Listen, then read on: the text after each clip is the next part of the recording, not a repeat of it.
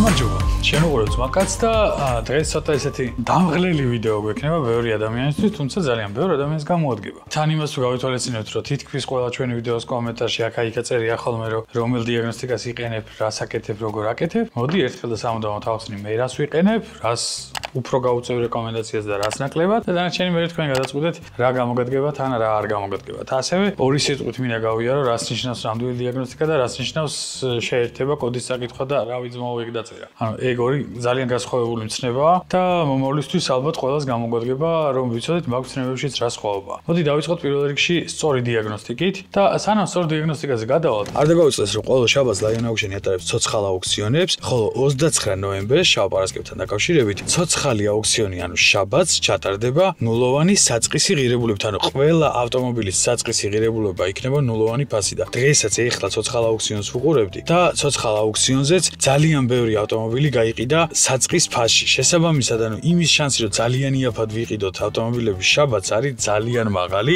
ამიტომ შეგიძლიათ გადახვიდეთ Lion Auctions.com-ზე, ნახოთ ინფორმაცია ამ აუქციონთან დაკავშირებით ზოგადად რა ავტომობილები გამოდის, ასევე გეტყვით, რომ ნუ მაგალითად 2020 წლიანი Wrangler-ი გამოდის, 2019 წლიანი Hyundai Kona გამოდის, 2015-იანი Evoque გამოდის და კიდევ ბევრი ძალიან საინტერესო ავტომობილი, რომელიც საწყისი ღირებულებაც იქნება 0 ლარი, თუ 0 დოლარი, 0-ს მნიშვნელობა არ აქვს, დოლარი იქნება თუ ლარი. ამიტომ გადავდივართ Lion Auctions.com-ზე, გავდივართ რეგისტრაციას, ასევე თუ რამე ინფორმაცია დაგვრჩით და გავეცნობთ საიტზე სრულად არის მოცემული ინფორმაცია, ასევე თუ საიტზე რამე ვერ ვიპოვეთ, ან რეგისტრაციისთვის არაკომფორტულია საიტი, ვრეკავთ PIPK 0880-ზე და სრულად გავარკვევენ თავიდან ბოლომდე, დაგვარეგისტრირებენ კიდევაც და შეძლევთ Lion Auction-ის ცოცხალ აუქციონში მონაწილეობას და ცოცხალ ჩვენთვის სასურველი ავტომობილის ყიდვას. ასევე ერთი კვირა გვაქვს თითქმის 29-მდე შეგიძლიათ ჩახვიდეთ ის ავტომობილები, რომლებიც აუქციონზე გამოდის, წინასწარ ნახოთ, დაათვალიეროთ და გადაწყვეტოთ, რომელ ავტომობილზე ღირს თამაში ან არ ღირს. ესე იგი, რაც შეეხება დიაგნოსტიკას და ზოგადად რას ნიშნავს დიაგნოსტიკა. ნებისმიერი ავტომობილი, ნებისმიერი თანამედროვე ავტომობილი, რომელიც დიაგნოსტიკაში რაღაცას წერს, ანუ შევდივართ,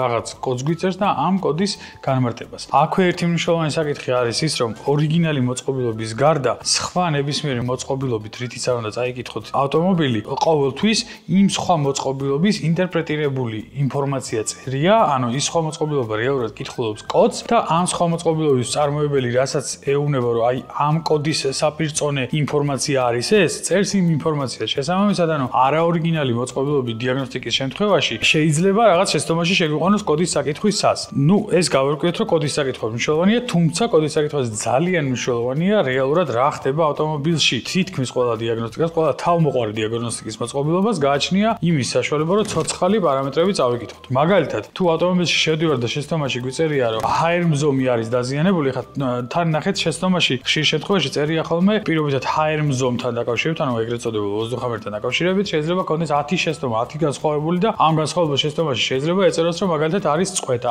არის მაგალითად ჩამოკლება, არის ჩამოკლება პლუსთან, ჩამოკლება მინუსთან, ასევე არასწორად ითვლის ჰაერს, ტემპერატურის სენსორია გაფუჭებული, ტემპერატურის სენსორი არასწორ ტემპერატურას ხედავს, არასწორ ტემპერატურის სენსორი ამოკლებს რაღაცასთან და ასე შემდეგ. ანუ ბევრნაირი კოდი შეიძლება იყოს და ის რომ ჰაერმზომის შეცდომა სადღაცას დავინახავთ, არ ნიშნავს იმას, რომ პირდაპირ უნდა გავიქცეთ და ვოზდუხამერი შევცვალოთ. ან ლამბდის შეცდომას როცა სადღაცას ხედავთ, ანუ პირობითად რომ სადღაცას სიტყვა ლამბდა წავიკითხეთ, არ ნიშნავს იმას, რომ ლამბდა უნდა გამოიცვალოს აუცილებლად. ხშირ შემთხვევაში შეიძლება მიზეზ-შედეგობრივი კავშირის გამოწერდეს შეცდომას და არა იმის გამო, რომ კონკრეტულად ის დეტალი დაზიანებულია. ამიტომ დიაგნოსტიკაში ძალიან მნიშვნელოვანია, რომ სწორად მივხვდეთ, რას ვკითხულობთ, ანუ პირდაპირ რაღაცას არ მივახტვით და გამოცვლაზე არ ვიჩალიჩოთ, ანუ შეიძლება კაბელში იყოს გაყვანილობაში იყოს დაზიანებული და ჩამოკლებული კონდეს იმ კაბელს და იმიტომ გვიწერდეს იმ კონკრეტულ კომპონენტზე და იმ კომპონენტამდე საერთოდ კვება არ მიდიოდეს. ბევრი მიზეზი შეიძლება იყოს, მაგას უკვე ხა ვინც აკეთებს დიაგნოსტიკას, ის უფრო უკეთესად მიხვდება, თუმცა მოყვარულებისთვის, ვინც საკუთარი ძალებით გააკეთებს მომავალში დიაგნოსტიკას, იმ ადამიანებისთვის განსამართად საჭიროა, რომ სწორად გავიგოთ დიაგნოსტიკაში რა გვიწერია, აი ძმაო ლამბდა დამიწერა, ანუ აი ძმაო ლამბდა დამიწერა, საერთოდ არაფერი ინფორმაციას არ გვაძლევს. ანუ ლამბდა დამიწერა, რას ნიშნავს, რას გიწერს ლამბდასთან დაკავშირებით. იმას გიწერს, რომ არასწორ ნაზავს ითვლის, იმას გიწერს, რომ ლამბდის გამათბობელია მკვდარი, იმას გიწერს, რომ ლამბდის ვოლტაჟია მაღალი ან დაბალი, იმას გიწერს, რომ ლამბდამდე ჩამოკლებულია, იმას გიწერს, რომ ლამბდა წყვეტაშია, ანუ რას გიწერს. ძალიან მნიშვნელოვანია შეცდომაში რას წერს. მერე მაგაზე მნიშვნელოვანია პირობითად ვნახეთ, რომ ლამბდასთან რაღაცა შეცდომას გვიწერს. თუ ეხა პირდაპირ წყვეტას გვიწერს, მაგ შემთხვევაში პრაუტკაში გადავამოწმოთ და რეალურად ვნახავთ, წყვეტა გვაქვს, არ გვაქვს, პლუსი მოდის, მინუსი მოდის, ჰიტერი მუშაობს, არ მუშაობს და ასე შემდეგ. თუ პირობითად გვაძლევს ან ანუ გვიწერს რაღაც პარამეტრიდან გვაქვს პრობლემა, ანუ ლამდის რაღაც პარამეტრში გვაქვს პრობლემა. ამ შემთხვევაში ვეძებთ უკვე ცოცხალ ინფორმაციაში, ან ეგრეთ წოდებულ live data-ში, სადაც შეგვიძლია დავინახოთ მაგალითად ჰაერმზომი რამდენ კილო ჰაერს ითვლის. მაგალითად შემშვიდ კოლექტორში რა წნევა, უარყოფითია თუ დადებითია, მაგალითად ლამდა რა ვოლტაჟზე მუშაობს, ლამდის ვოლტაჟი არის რეალურად ლამდაში გატარებული სმესის ინფორმაცია, უხეშად რომ ვთქვათ და ასე შემდეგ. მოკლედ, ცოცხალი ინფორმაციის საკითხვა იმაზე ხშირ შემთხვევაში გაცილებით მნიშვნელოვანია, ვიდრე იმის რა კოდი დაგვიწერა. კოდი ძალიან მნიშვნელოვანია, ან კოდიდან ვიწყებთ და მერე კოდის მიხედვით მივყვებით უკვე და ცოცხლად ვეძებთ პრობლემა სად არის. მაგალითად, ბუსტის პრობლემა აქვს ავტომობილს. როცა ავტომობილი მოდის შეცდომით და გვიწერს რომ ბუსტის პრობლემა აქვს, ეგ ანიშნავს იმას, რომ ტურბოს დაჭიკი შეცვალე ძმა. ანუ ჯერ ტურბოს დაჭიკი რამე ეგეთი არ არსებობს, მაგრამ მაინც თუ რაღაც ვთვლი რომ რაღაცა უნდა შეცვალოს, ტურბოს დაჭიკი შეცვალე ძმა აქა charging pressure-ს წერს, ეგ ანუ საერთოდ არაფერ კავშირში არ არის. შეიძლება ბუსტის პრობლემას წერდეს, გაფუჭებული იყოს მაგალითად westgate-ი, გაფუჭებული იყოს solenoid-ი, გაფუჭებული იყოს ვაკუუმის შლანგი, გაფუჭებული იყოს AVG-თუ ელექტრონული gate-ი აქვს, გაფუჭებული იყოს თვითონ კლაპანი, გაფუჭებული იყოს თვითონ ტურბინა, გაფუჭებული გაიზრდიოდეს სადმე პაიპიდან, შეიძლება map sensori ვერ ხედავდეს, map sensori არ მუშაობდეს, გამომძვრალი იყოს. ანუ როცა რაღაცა შეცდომას გვიწერს, არ ნიშნავს იმას, რომ ტურბოს დაჭიკი შეცვალე ძმა. ტურბოს დაჭიკი შეცვალე ძმა, ჯერ ტურბოს დაჭიკი ეგეთი რამე არ არსებობს, არსებობს map sensori, რომელიც ხედავს წნევას. map sensori შეიძლება იდგეს manifold absolute pressure sensori, რომელიც შეიძლება იდგეს შემშვიდ კოლექტორში და ასევე არსებობს barometric pressure sensori, რომელიც შეიძლება იდგეს შემშვიდ კოლექტორამდეც. ასევე ტურბინასთან ძალიან ახლოს ინტერკულერზე და ასე შემდეგ. თუ უყენია ორი წნევის სენსორი, მაგ შემთხვევაში პარამეტრებს ვადარებთ ერთმანეთს დროსელამდე და დროსელის შემდეგ და ასე შემდეგ. ანუ ძალიან შორტ საგვანს ახლა ეგრე განვავრცო. თუმცა, როცა რაღაცა შეცდომა წერია, ანუ ტურბინის solenoid-ი არ არის ყოველთვის გაფუჭებული. ტურბინის solenoid-ი არის westgate-ის მაკონტროლებელი solenoid-ი, რომელიც ვაკუუმით აკონტროლებს westgate-ს. westgate-ი არის კლაპანი ფიზიკურად, რომელთაც ტურბინა გამონაბოლქს ცლის ან პირდაპირ ტურბინის ფრთაში ატრიალებს, ან ტურბინის ფრთის გვერდის არიდებით ცლის გამშვებ სისტემაში და ასე შემდეგ. ანუ როცა რაღაცა შეცდომას გვიწერს, მივყვებით კონკრეტულად იმ შეცდომებს და იმ პრობლემებს, აი მაგალითად ბუსტის შეცდომა რო გვიწერია, უნდა დავждეთ მანქანაში, გავიაროთ, ცოცხალ ინფორმაციას ვუყუროთ, ბუსტი რას აკეთებს მაგ მომენტში ვნახოთ, რატო აკეთებს, ანუ რას ითხოვს ავტომობილი, რომ მანქანა ამდენი წრე უნდა შეასრულოს, რატომ არ ასრულებს, მერე ვამოწევთ სხვადასხვა კომპონენტებს, რომელიც პასუხისმგებელია ამა თუ იმ წნევის შეკვრაზე და მხოლოდ მერე ვეუბნებით ვიღაცას, რომ ტურბოს დაჭიკი იყიდე ძმა. ძალიან მარტივია და მაგაზე ალბათ მივხვდით. მაგას მაინც არ ვეუბნებით. არა, მაგას მაინც არ ვეუბნებით, თვითონ ტურბოს დაჭიკი ეგეთი რავი არ არსებობს, მაგრამ აი თუ დავუშვათ არ ვიცით რას ნიშნავს solenoid-ი და არ ვიცით რას ნიშნავს წნევის სენსორი, მაგ შემთხვევაში ვეუბნებით ტურბოს დაჭიკი იყიდე ძმა, აი ზევით რო აყენია, ან ქვევით რო აყენია, ანუ მნიშვნელობა არ აქვს, სადაყენია ყოველ შემთხვევაში, სანამ რაიმეს ყიდვას ვინმეს ვეტყვით, მანამდე წუნდებით რომ ნამდვილად ეს პრობლემა აქვს და ნახევარ მანქანას ყველად არ ვცვლით. თუმცა არსებობს შემთხვევებიც, როცა დიაგნოსტიკის პროცესში იმდენად შიხში მიდიხარ, რომ რაღაც კომპონენტი თუ არ გამოცვალე, ვერ მიხვდები რეალურად პრობლემა იმ კომპონენტთან გაქვს თუ არა, ეგეთი შემთხვევაც მქონია და შეიძლება ანუ ნახე კომპონენტს ისე ცვლიდე, რომ მეორე კომპონენტის გადამოწევა გინდოდეს ამ კომპონენტიდან გამომდინარე და მაგის გამორცვლდი ამასაც. ანუ ეგეც შესაძლებელია, თუმცა გამორიცხვის მეთოდამდე სანამ მივალთ, მანამდე ყველა გზა უნდა გამოვიყენოთ იმისთვის, რომ გამორიცხვის მეთოდამდე არ მივიდეთ. ანუ ეს იყო ძალიან ესეთი მსუბუქი, რას ნიშნავს დიაგნოსტიკა და როგორ უნდა გავაკეთოთ სწორი დიაგნოსტიკა. რაც შეეხება ახლა იმ აპარატურას, რომელიც მაგიდაზე მაქვს მობძნილი. კიდე ერთი რამე გავითვალისწინოთ, მე არ ვარ დიაგნოსტიკი, მე არ მუშაობ ამ საკითხზე. შესაბამისად, ეს ყველაფერი რაც გამაჩნია და ამის გარდა კიდე რაღაც ცოტა რაღაცები მაქვს. თუმცა ეხლა დღეს ამ ვიდეოში საჭირო არ არის, მაქვს ჩემთვის შეძენილი და ვიყენებ ჩემთვის, ანუ მოყვარული დიაგნოსტიკისთვის ეს არის მინიმალური კიტი ჩემი აზრით, რომელიც უნდა გქონდეს იმისთვის, რომ რაღაცა ადეკვატურად გააკეთო. მოდი დავიწყებ ახლა აქედან, იმიტომ რომ აქ ერთ კონკრეტულ ბრენდზეა ორიენტირებული ყველაფერი და ამ ერთი კონკრეტული ბრენდისთვის არის ეს ყველაფერი და რთული გამოსაცნობი არ იქნება BMW-ისთვის არის ეს ყველაფერი. ესე იგი რა სხვაობა ამ მოწყობილობებს შორის.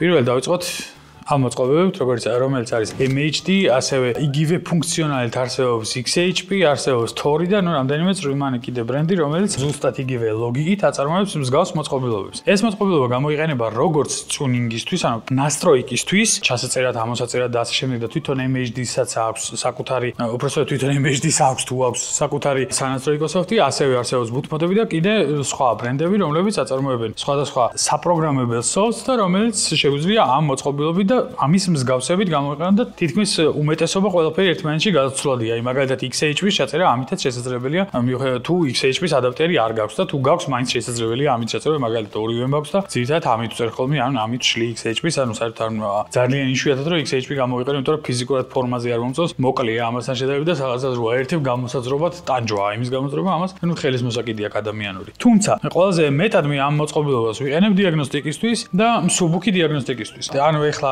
რო გადავალ დანარჩენ რაღაცებზე მარტივად მივხვდებით, რატო ვიყენებ ამას. ესე იგი, არსებობს ესეთი პროგრამა, როგორც არის ProTool, არსებობს ასევე Beamer კოდი, Beamer ლინკი და ასე შემდეგ. მე ProTool მაქვს ნაყიდი და ProTool უფრო მომწონს, უფრო მიჩვეული ვარ და უფრო აქტიურად ვიყენებ. აი მაგალითად ამ მოწყობილობით კეთდება ეგრეთ წოდებული ოფციების ჩართვა გამორთა, ანუ კოდირება, ასე ვთქვათ. კიდე სხვადასხვა ცოცხალი პარამეტრების საკითხი, მაგალითად ცოცხალი პარამეტრების საკითხად წეგარაზე ვსაუბრობდი დიაგნოსტიკის დროს. ეს ბევრად მოსახერხებელი მოწყობილობაა ტელეფონთან დაკავშირებული, ვიდრე მაგალითად პროფესიონალური მოწყობილობა იქნებოდა. თუმცა არაპროფესიონალურს ვერც ამას ვერ დავარქმევ სწორი პროგრამული უზრუნველყოფით, ანუ იგივე ფასიანი ProTool-თან ნებისმიერი ფასიანი ადამიანური სოფტით, საკმაოდ კარგი მოწყობილობაა და ძალიან ბევრი რაღაცის გაკეთების საშუალებას გაძლევს, როგორც დიაგნოსტიკით, ასევე კოდირების კუთხით. კოდირებისთვისაც ჩემთვის ნომერ პირველია, ანუ პროფესიონალური მოწყობილობით კოდირება ძალიან იშვიათ შემთხვევაში აი უიშვიათეს შემთხვევაში ვაკეთებ. ძირითადად ეს არის ჩემი მარჯვენა ხელი და ეს არის რომელიც უმეტეს საქმეს აკეთებს ჩემ შემთხვევაში. ეხლა გადავიდეთ BMW-ს სხვა მოწყობილობებზე. ეს არის ძველი ტიპის კადეკან კაბელი, რომელიც უფრო S-სერიებზე და უბრალოდ S-სერიებზე გამოიყენებოდა, F-სერიასაც კითხულობს და G-სერიასაც ჩვეულებრივ და ასევე მაგალითად ამ მოწყობილობითაც შეგვიძლია რომ ტელეფონით დავადიაგნოზოთ და გამოიყენება ესე მარტივად, რომელიც არის OTG ადაპტერით აერთებ ტელეფონში და ეს ახლა ავტომობილში შევაერთო ტელეფონითაც შეგვიძლია რომ ავტომობილს დავუკავშირდეთ. ეს ეთქობა ჩიხოლი მაქვს ცოტა ნიტო და აგდებს სპორტს და ანალოგიური მეთოდით შეგვიძლია გამოვიყენოთ სხვა USB ადაპტერების, თუმცა სხვა USB ადაპტერებისთვის ტელეფონის სოფტი ნაკლებად არსებობს და ნაკლებად არის ადაპტირებული, ამიტომ ძალიან იშვიათად რომ ვინმე იყენებდეს. თუმცა სანამ wireless მოწყობილობებს ვიყიდიდი თავიდან, ამ ადაპტერით ProTool მქონდა და ამ მოწყობილობით ვაკეთებდი დიაგნოსტიკასაც და კოდირებასაც, ვახერხებდი ყოველ შემთხვევაში, როცა მჭირდებოდა. თუმცა ძალიან არაკომფორტულია Type-C-ზე მიერთებული USB-ით რაღაცების კეთება და ეს ბევრად მოსახერხებელი მოწყობილობაა. ასევე ორიგინალ სოფტზეც, ანუ BMW-ს Instaz-ს და Impa-ზეც შეგვიძლია გამოვიყენოთ და არა მხოლოდ Insta Impa-ზე, ანუ NCS ექსპერტებზე და ასე შემდეგ, ანუ BMW-ს კონკრეტულად ბრენდისთვის ადაპტირებულ სოფტზე შეგვიძლია გამოვიყენოთ ეს მოწყობილობა, თუმცა საკმაოდ ნელია და ახალ ავტომობილებზე ძალიან იშვიათად რომ ამას ვინმე იყენებდეს, იმიტომ რომ ძალიან დამღლელია ამით მუშაობა და ცოტა ტვინის ძრელია. ეხლა გადავედით შემდეგ თაობაზე, ანუ ეს წამოვიდა უკვე F-სერიებიდან, NET კაბელია ეგრეთ წოდებული. ანუ ეს არის ნეტვორკის კაბელი, ჩვეულებრივი 8 პინიანი, ამ 8 პინიდან ამდენი აქტუალურ გამოყენებაში არ ვიცი რომ არ მოგატყუოთ, არასდროს დამიშლია, არც დაინტერესებულა ვარ, თუმცა საკუთარი ძალებითაც შესაძლებელია ამ მოწყობილობის აღდგენა, აწყობა უბრალოდ როგორც მოზა შინით რამდენიმე წინაღობა უზის და კაბელია გადაერთებული ლეპტოპში ქსელში შეერთებით, შეგვიძლია დაუკავშირდეთ ავტომობილს. ასევე არსებობს მსგავსი სტილის ადაპტერები, რომელიც ნეტვორკზე უერთდება და ტელეფონში ერთება, ტელეფონითაც შეგვიძლია გამოვიყენოთ, თუმცა ტელეფონით გამოსაყენებლად არსებობს MHD და რატო ვიცვალ. ეს არის ნახეთ პროფესიონალური მოწყობილობა არ არის, თუმცა ერთგვარი ლაიფჰაკია, რომ ცოტა ჩქარი, მაღალი სიჩქარით დაუკავშირდეთ ავტომობილს, ვიდრე ძველი კადეკან კაბელით დაუკავშირდებოდეთ, NET-ის შედარებით სწრაფი. ასევე BMW-ზე არსებობს ICOM-ი, რომელიც არის ეს კონკრეტული ჩინური კლონია, თუმცა არსებობს ორიგინალიც და რომელიც არის BMW-ს კონკრეტულად დიაგნოსტიკა, პროგრამირება და კოდირებისთვის არსებული მოწყობილობა, რომელიც უბრალოდ როგორც ვთქვათ, ქარხნული მოწყობილობაა იდეაში BMW-სთან დასაკავშირებელი და რატო რა განსხვავება ხა ამათ შორის. დიაგნოსტიკის მხრივ არანაირი განსხვავება არ არის თეორიაში, მაგალითად უბრალოდ დიაგნოსტიკის მხრივ F-სერიებზე ეს მოწყობილობა შესწავლების ჩამოყრის დროს ყვებას ვერ კითხულობს. უბრალოდ ყვებას თვითონ მოწყობილობა კითხულობს, თუმცა Insta-ს ვერ გადასცემს და Insta ვერ ხედავს, როცა ამ მოწყობილობით ხარ დაერთებული ავტომობილში ყვება რა მდგომარეობაშია, შესაბამისად, ბევრ რაღაცაზე გზღუდავს, სადაც ჩარჯერი დაერთებული უნდა კეთდებოდეს, რაღაც ფუნქციონალები იმაზე არ გაგიშვებს და არ გააკეთებინებს, ასევე changeovers არ აკეთებს, ასე ვთქვათ. როცა რაღაც შეცდომას აშლი BMW ზოგადად ორიგინალი მოწყობილობები თიშავს ყვებას და თავის თუხსნის F-სერიებიდან უკვე ეგრეა. ეს ყველაფერს ვერ შვება, ხელით უნდა გათიშო გახსნა და როგორც გათიშავ და გახსნი, მაინც ვერ ხვდება, რომ state-ის დაბრუნება, მდგომარეობის დაბრუნებას მაინც ვერ ხვდება და მე ახალიდან უნდა გაუშვო მთლიანი მანქანის საკითხვაზე, რომ წაიკითხო და მოკლედ, ამით F-სერიის კეთება არის ტანჯვა. ამას რაც შეეხება, ამით ეგეთი ტანჯვა არ არის, თუმცა ICOM-თან შედარებით საკმაოდ არასტაბილური სტაბილურია და არასტაბილურია რაკურთხი. წაკითხვის სიჩქარე თითქმის იდენტური აქვს. changeover-საც აკეთებს, ანუ მსგავს ყველაფერ ფუნქციას ასრულებს. ყვებასაც ხედავს მათ შორის ავტომობილში რა მდგომარეობაა და ყვება როგორ არის. KL-ს, ანუ 15 კლემაზეც და 21 კლემაზეც რა ხდება, მაგ ყველაფერს ხედავს. თუმცა ამისგან განსხვავებით, ანუ პროგრამირებას მე ამით არასდროს არ გავაკეთებდი და რატო გეტყვით ახლა რა სხვაობაა? პროგრამირებაში გულისხმობ რომელიმე მოდულის update და კოდირებასაც მათ შორის. კოდირება SSI-ით ხდება ორიგინალი მოწყობილობის გამოყენებით თუ რა თქმა უნდა Pro Tool და Image-ით არ ვაკეთებთ და ძირითადად ამით ვაკეთებ, ანუ SSI-ს ძალიან იშვიათად ვიყენებ თუ სადღაც ძალიან საჭიროება არ მოითხოვს, ანუ არ ვეკარები და არაფერში არ მჭირდება და რეალურად არც ვიცი იმ დონეზე რომ აქტიურად გამოვიყენო, ანუ არასდროს არ დამჭირვებია და ჩავძიები ვარ და არ მისწავლია იმ დონეზე რომ აი აქტიურ გამოყენებაში ყოველდღიურ ცხოვრებაში გამომეყენებინა, იმიტომ რომ დაბრუნდები ისე ჩემი საყვარელი Pro Tool-ი არსებობს, რომელიც GB-ში მიდევს და GB-დან ვაკეთებ ყველაფერს რატო ვიცვალო. აი მაგალითად ეს არის, ეს და Pro Tool-ი არის მოწყობილობა, შეხვდებოდეთ ან TikTok-ზე ან ასე შემდეგ, სადაც განცხადებები რომ ამას ჩაგირთავთ 50 ლარად, იმას გამოგირთავთ და ამას გაიკეთებთ და სარკეებს გახსნის, საბოლოოს დაკეთავს ეს გავააქტიურებ. დღეს მოვიდა ჩვენთან BMW ეს ყველაფერი გავაკეთე. ანუ აი ეს არის ეს მოწყობილობა და Pro Tool-ია, რომელიც GB-ში მიდევს. ანუ მაგით კეთდება ეს ყველაფერი და ძალიან მოსახერხებელია ამ დანარჩენისგან განსხვავებით, თუმცა ამ მოწყობილებითაც იგივეს გაკეთება შესაძლებელია, ბევრად ტვინის ბურღით, ბევრად ტვინის დრელით. ასევე კიდე ერთ საკითხს დავძენ რა, ამაზე ძალიან ხშირად შემხვედრია, რომ BMW-ს ორიგინალი პროგრამით და BMW-ს ორიგინალი დიაგნოსტიკით და აი ჩემ დედას და რაღაცეები, ანუ ნახეთ, იგივე სოფტი, ისტა მაგალითად, ისტა PS და ისტა DC. თავისუფალ მიმოქცევაში, ანუ BMW-სგანაც შეგვიძლია გადმოვწეროთ და აპდეიტებიც მოდის მიუხედავად იმისა, რა მოწყობილობას იყენებ. ანუ ყველა სოფტი ორიგინალია, არა ორიგინალი BMW სოფტი როგორია, არც ვიცი მართლა რომ გითხრათ შესაბამისად, ანუ იმაზე აპელირება რომ ორიგინალი პროგრამით ვაკეთებთ რაღაცებს, შეგიძლიათ დაიკიდოთ, გაატაროთ. ანუ ორიგინალი პროგრამით არავინ არაფერს არ აკეთებს, იმიტომ რომ ყველა ორიგინალი პროგრამით აკეთებს.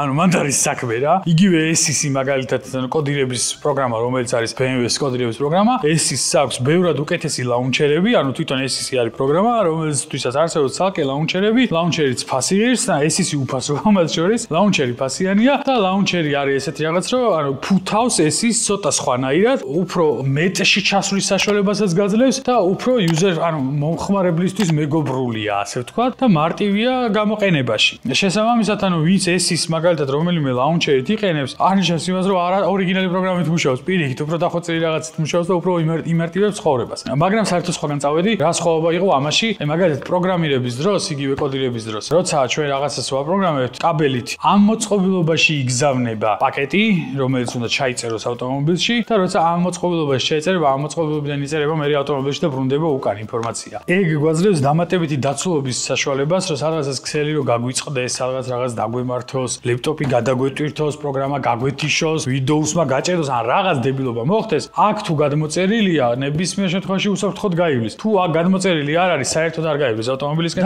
და შუა პროგრამირებაში არაფერი არ დაგვიზიანდება. ამიტომ სასურველია ესეთი მოწყობილობის გამოყენება, როცა რაღაცა მნიშვნელოვანს ვწერთ, აპროგრამებთ, მაგალითად პროგრამირების დროს რომ მოდული მოგიკვდეს, შეიძლება ეს მოდული ვერასდროს ვეღარ გააცოცხლო. ამიტომ სასურველია რომ ICOM-ით გავაკეთოთ და არა ჩვეულებრივი NET კაბელით, თუმცა NET კაბელითაც ბევრი რამე გაუკეთებია, დაჟე ამითაც ძალიან ბევრი რამე გაუკეთებია და ის ავტომობილები ჯერ კიდევ დადიან. თუმცა ძალიან ბევრი რამე გაუფუჭებია. ეგეც გასათვალისწინებელია. არ კითხოთ თენგოს საიდან იცის.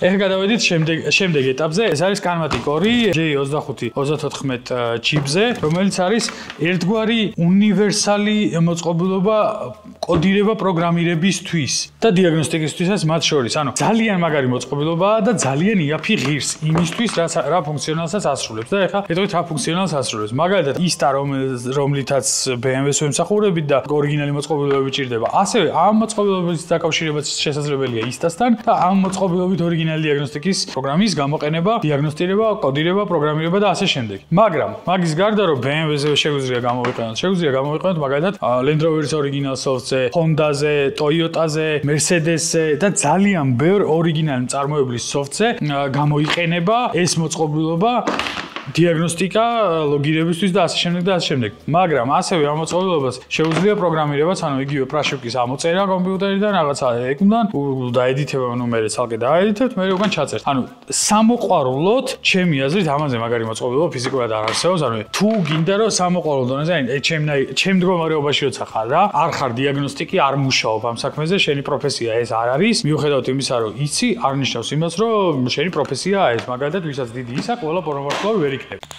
ამ მოწყობილობით მე შემიძლია რომ უამრავი სხვადასხვა მოდელის ავტომობილი რომელიც ხელში ჩამივარდება და საქმე მექნება რაღაც მცირედი იმ ბრენდთან და შეხება შემიძლია ამ მოწყობილობის დახმარებით ორიგინალი პროგრამა გადმოწერო და დავადიაგნოზო ის კონკრეტული ავტომობილი და მეორე დღეს შეიძლება საერთოდ იმ ბრენდთან შეხება აღარ მქონდეს და არაფერში არ დამჭირდეს მაგრამ დღეს თუ დამჭირდება აი ამ 50-60 დოლარი ღირდა რო ვიყიდე რა ანუ არაფერი არ არის რა ამ მოწყობილობით შემიძლია მაგალითად აი ნიკას ავტომობილს რო ვაკეთებდით C63-ს გექნებათ ეგ ვიდეო ნანახი ამ მოწყობილობით იყო და Mercedes ორიგინალი პროგრამით მუშაობდით ამ მოწყობილობით იყო მაგის წინა დღეს ჩვენი რენჯი დავადიაგნოზე და ასე შემდეგ ანუ ძალიან ასწორებს როცა ესეთი მოწყობილობა გაქვს იმიტომ რომ ხშირ შემთხვევაში ორიგინალი სოფტის გამოყენება ძალიან მნიშვნელოვანია რაღაცის დიაგნოსტიკის დროს ეხლა მოდი გადავიდეთ არაორიგინალებზე და უნივერსალებზე ერთ-ერთი ყველაზე ესეთი მარტივი უნივერსალი არის ThinkDiag-ი ანუ ეს მოწყობილობა და ThinkDiag 2 ეს არის მოიცა ყველაზე მარტივი ეს არის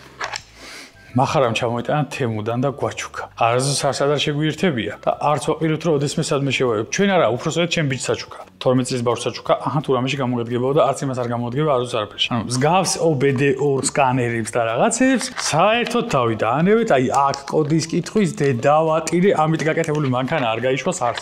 აი ეს სუვენირად როგორც მანამდე გვეკიდა, ისევ ჩამოკიდებ და არასდროს არავინ არაფერში არ გამოიყენებს მაგას. ნუ ყოველ შემთხვევაში ჩვენთან. ეს მოწყობილობა როგორც არის ThinkDiag-ი და ეს ThinkDiag 2, ანუ ეს ამის მამაა. ხო თუ როგორ არის? ანუ შეიძლება იყო მე ეს რა. ამ მოწყობილობებზე არსებობს ქარხნული პროგრამა, რომელიც ქარხნულად მოყვება და ამ ქარხნული პროგრამის გამოყენებაც შესაძლებელია, თუმცა ეს ქონდა ქარხნული პროგრამით გამოყენებული, ანუ ამას ვიყენებდი დაახლოებით 1 წელი ქარხნული პროგრამით, დიდად არ მომწონდა და ნუ ძალიან შეზღუდული ვიყავი ბევრ რამეში. აი ელემენტარული სადღაცაც კოდის საკითხვა თუ დამჭირდებოდა და ისეთი ბრენდი იყო, რომ ორიგინალი მოწყობილობა არ მქონდა, არც ეს არ გამაჩნდა და არაფერი და რამენერად კოდი უნდა წამეკითხა და აი ელემენტარული live data მენახა, ანუ აქ შემთხვევაში ამის გამოყენება შეიძლებოდა. მერე როცა ამას ლიცენზიას ვადაგავიდა, ანუ 1 წლიანი ქონდა ლიცენზია, ნუ იდეაში ეხლა შემიძლია შევიდე, ვიყიდო, განვაახლო და გავაგზავნო ამის ლიცენზია. თუმცა როცა ამის ლიცენზიას ვადაგავია, გადავწყვიტე რომ სხვა მოწყობილობა რამე ოდნოძურიანი შემეძინა, რომელიც ანუ უნივერსალი იქნებოდა და უამრავ ავტომობილზე გამომადგებოდა, ეხლა მაგალითად რაღაცა ელემენტარული კოდის საკითხვა რომ მინდა და ელემენტარული შეცდომის ნახვა. ამისთვის ყველა ბრენდის ორიგინალი პროგრამის გადმოწერის და ასე შემდეგ ჩალიჩის არ დროა ხოლმე შემთხვევაში, არც ნერვი და არც ხასიათია და არც აუცილებლობა არანაირი რა. ამიტომ ვიყენებთ უნივერსალ მოწყობილობას, როგორც არის ThinkDiag-ი ამ შემთხვევაში. აქ უკვე იმის მაგერ ორიგინალი პროგრამა შემეძინა, გატეხილი პროგრამა შევიძინე, ასე ვთქვათ. უბრალოდ ნახეთ, გატეხილსაც ვერ იტყვი რა, ანუ პროგრამა, რომელიც კონკრეტულად ამ მოწყობილობისთვის და ბევრი მსგავსი მოწყობილობისთვის არის ცალკე კომპანიისგან და ცალკე ტიპებისგან დამუშავებული, რომელსაც ასევე განახლებებიც მოსდის ყველაფერი და გაცილებით მეტის ფუნქციონალს გაძლევს, მაგალითად იგივე რაღაც მოდულის ჩართვა, გამორთვა, რაღაცა კოდირებიდან ელემენტარულ ავტომობილებზე რომელსაც არის საშუალება რაღაცების ჩართვა, გამორთვა, დიაგნოსტიკა, live data, ინფორმაციის ასე თუ ისე მოძიების საშუალება და პლუს სერვისის რესეტი და რაღაცა მსგავსი წვრილმან ფუნქციონალს გვაძლევს, რომელიც უნივერსალი მოწყობილობისგან გვჭირდება. სხვათა შორის, რაც ამით გამიკეთები, ანუ უნივერსალი მოწყობილობის კვალობაზე ძალიან ყოფილი ვარ, ამაზე უკეთესი, ანუ ამაზე მეტი რეალურად უნივერსალი მოწყობილობისგან არც დამჭირვებია, არასდროს არაფერი და არც გამომიყენებია რა. თუმცა არსებობს ასევე აუტელი, არსებობს ასე. უბრალოდ ამ კიდე აქვე ვიტყვი, რომ launch-ი არის ესეთი ძალიან ცნობილი ბრენდი დიაგნოსტიკებში და launch-ი ეს მოწყობილობა, კიდე ბევრი მოწყობილობა მუშაობს დაახლოებით ერთი და იგივე ინტერფეისით, ერთი და იგივე ბექით, ასე ვთქვათ, უკანა კოდით და ამაში ახლა რა პროგრამასაც ამაზე ვიყენებ, ქვია Diagzone, ოღონდ რეალურად launch-ია რა, ისიც ოღონდ გატეხილი დამუშავებული რაღაცნაირი ვერსია. ახლა გადავიდეთ ცოტა ბრენდებზე, მაგალითად აუტელი და launch-ი, ასევე Maxis-ი და რაღაცებიც არსებობს, თუმცა ეს არის ყველაზე ესეთი ხშირად გავრცელებული ბრენდები, რომლებსაც პროფესიონალურ დიაგნოსტიკის მოწყობილობას ეძახიან, თუმცა ესეც არის უნივერსალი დიაგნოსტიკის მოწყობილობა, როგორც არის ეს. ამას უბრალოდ ესეთი fancy შეფუთვა აქვს, თავის პლანშეტი მოყვება, თავისი სოფტი აქვს, თავის აპდეიტები აქვს, ან მამა, ეს რა მაგარი რამეა, თუმცა საქმეს დაახლოებით ისეთივე საკეთებს, როგორც ეს, ანუ განსაკუთრებული ფუნქციონალი არც ამას არ გააჩნია. არაფერი და როცა რამის რეალური დიაგნოსტიკა და შედეგის მიღება გვინდა, იქ მაინც ორიგინალ პროგრამას ვიყენებთ, აუცილებლად თუ რამე შედეგი გვინდა რომ მივიღოთ ადამიანური. ეს მოწყობილობაც ეს launch-ის და სხვა ყველა უნივერსალიც რჩება უნივერსალად. ამას კიდე რაღაცები უნდა მოყვებოდეს sandbox-ში, მე მგონი, ადაპტერები, არაფერს არ მოყვება.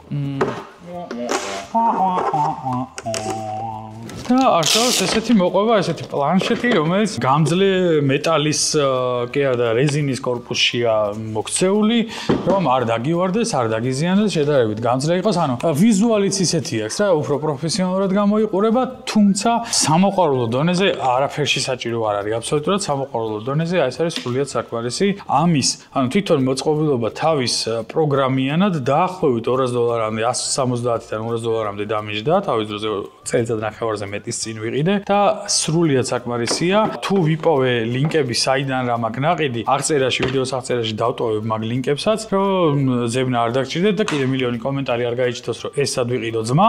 აღწერაში იქნება ლინკები, თენგო დაამუშავებს მაგ ლინკებს. არა მგონია. კაი, მე დავამუშავებ მაგ ლინკებს და ჩავყრი და აღწერიდან შეგიძლიათ უკვე ნახოთ სად რას როგორ ვიყენებთ. და კიდე ერთი მნიშვნელოვანი საკითხი, FCA ჯგუფმა, ანუ Fiat Chrysler Alfa მაგად დედაშე ჯგუფმა 2018 წლიდან 17-18 წლიდან გადაწყვიტა რომ დიაგნოსტიკის მოწყობილობებში ჩვენ ჩვეულებრივი მოხარებლები ვეღარ უნდა შევიდეთ ადამიანურად, gateway უნდა კონდეს მოწყობილი და იმისთვის რომ დიაგნოსტიკაში აღმოჩნდეთ და რამე დავადიაგნოზოთ ან შეცდომა წავშალოთ, დრაკონის მოკლა საჭირო. ეს ეხება Alfa Romeo-ებს, Fiat-ებს, Jeep-ებს, Dodge-ებს და ასე შემდეგ. ახალ თანამედროვე ძალიან რომ მოგწოს გარდან როა ეგეთ მანქანებს. კაი, მოდი ეგ არ ჩასვა. მე გატეხავენ Wrangler-ზე შეგერთ რაღაცებს, რატო იძახი არა და Wrangler მაგრად მევასება. სხვათა შორის FCA ჯგუფიდან ყველაზე მეტად Wrangler-ი მევასება და 1500-ები მევასება ძალიან რამები რა. ახალი რამები და Wrangler-ი ძალიან მომწონს FCA ჯგუფიდან. დარაჩენს რა გითხრათ?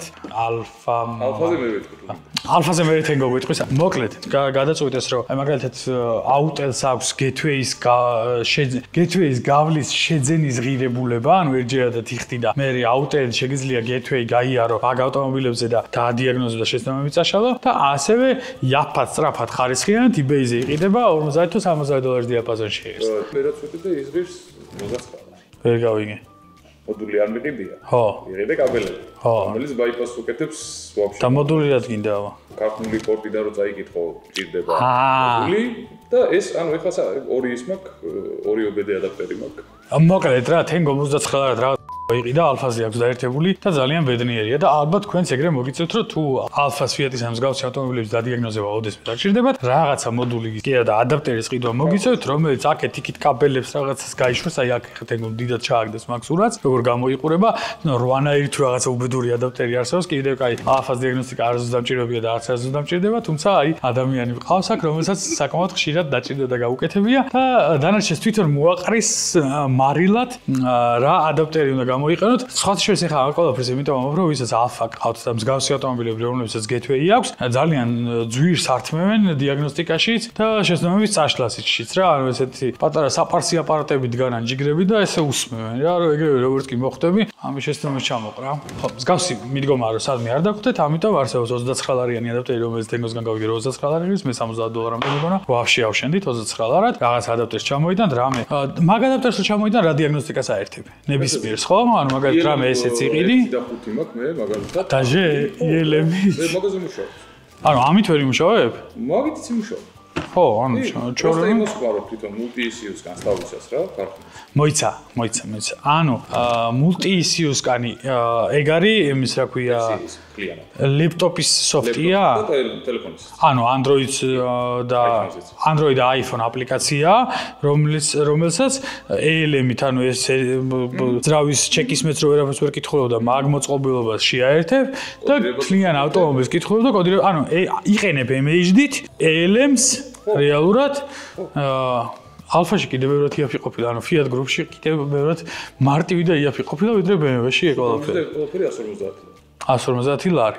ხო, მიმართეთ თენგოს, ჩამოგიტანთ. 100 დაკეთებს დიაგნოსტიკას. თენგო დიაგნოსტიკას არ აკეთებს. მოკლედ, დღეისთვის მე მგონი სულ ეს იყო. ბევრი ასნა განმარტება ამ ყველაფერს არ ჭირდება, ვისაც ჭირდება ის გამოიყენებს ამ ინფორმაციას, ვინც ისედაც პროფესიონალი დიაგნოსტიკია, იმას ეს ვიდეო არასდროს არაფერში არ გამოუდგება, თუმცა ვინც მოყვარულია და თავისთვის უნდა რომ რაღაცეები გააკეთოს ცოტა, იმ ადამიანებისთვის საკმაოდ სასარგებლო ვიდეო გამოვიდა.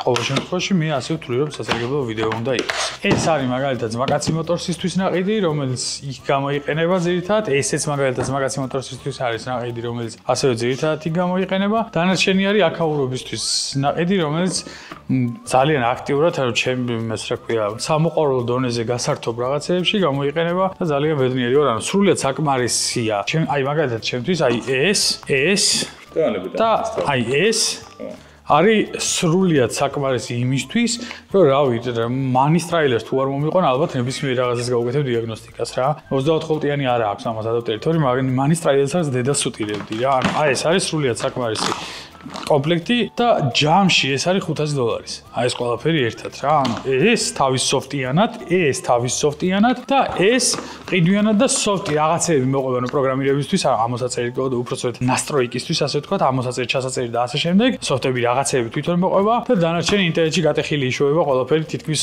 ნებისმიერი ორიგინალი მწარმოებლის სოფტი, იმიტომ რომ ამაზე რომ ორიგინალი მწარმოებლის სოფტი გამოიყენოთ, აუცილებლად გჭირდებათ ადაპტერი პროგრამები, რომელიც ამ ჩიპზე გადაიყვანს თქვენი არსებული პროგრამის ალგორითმს და ამ მოწყობილობით ავტომობილის საკითხვის საშუალებას მოგცემთ. მოკლედ დღეისთვის სულ ეს იყო, ამით დაგემშვიდობებით და შემდეგ საინტერესო ვიდეოებს დაელოდეთ. დაალაიქეთ, გამოიწერეთ. ანუ არხი დაალაიქეთ, არა და გამოიწერეთ, არხი გამოიწერეთ და ვიდეო დაალაიქეთ. ან რაღაცა კეთით, იმიტომ რომ ამ ვიდეოს ისედაც არავინ არ უყურებს. დარწმუნებული 2000 ნახვა გქონდეს მაქსიმუმ. მეტი დანარჩენი ყველას მაგრად ციკლზე კიდია დიაგნოსტიკა როგორ გააკეთოს. თუმცა მე ვთვლი რომ ეს ინფორმაცია მაინც უნდა მომეწოდებინა და საჭირო იყო ერთხელ და სამუდამოდ რომ ოდესმე კიდე ვინმე რომ კითხავს რა დიაგნოსტიკას იყენებ ძმაკაც, ავდგები და ლინკს ჩაუგდებ ამ ვიდეოსი. მარტივად დავასრულებ მაგით ტანჯვა წვალებას. წარმატებები. დროებით.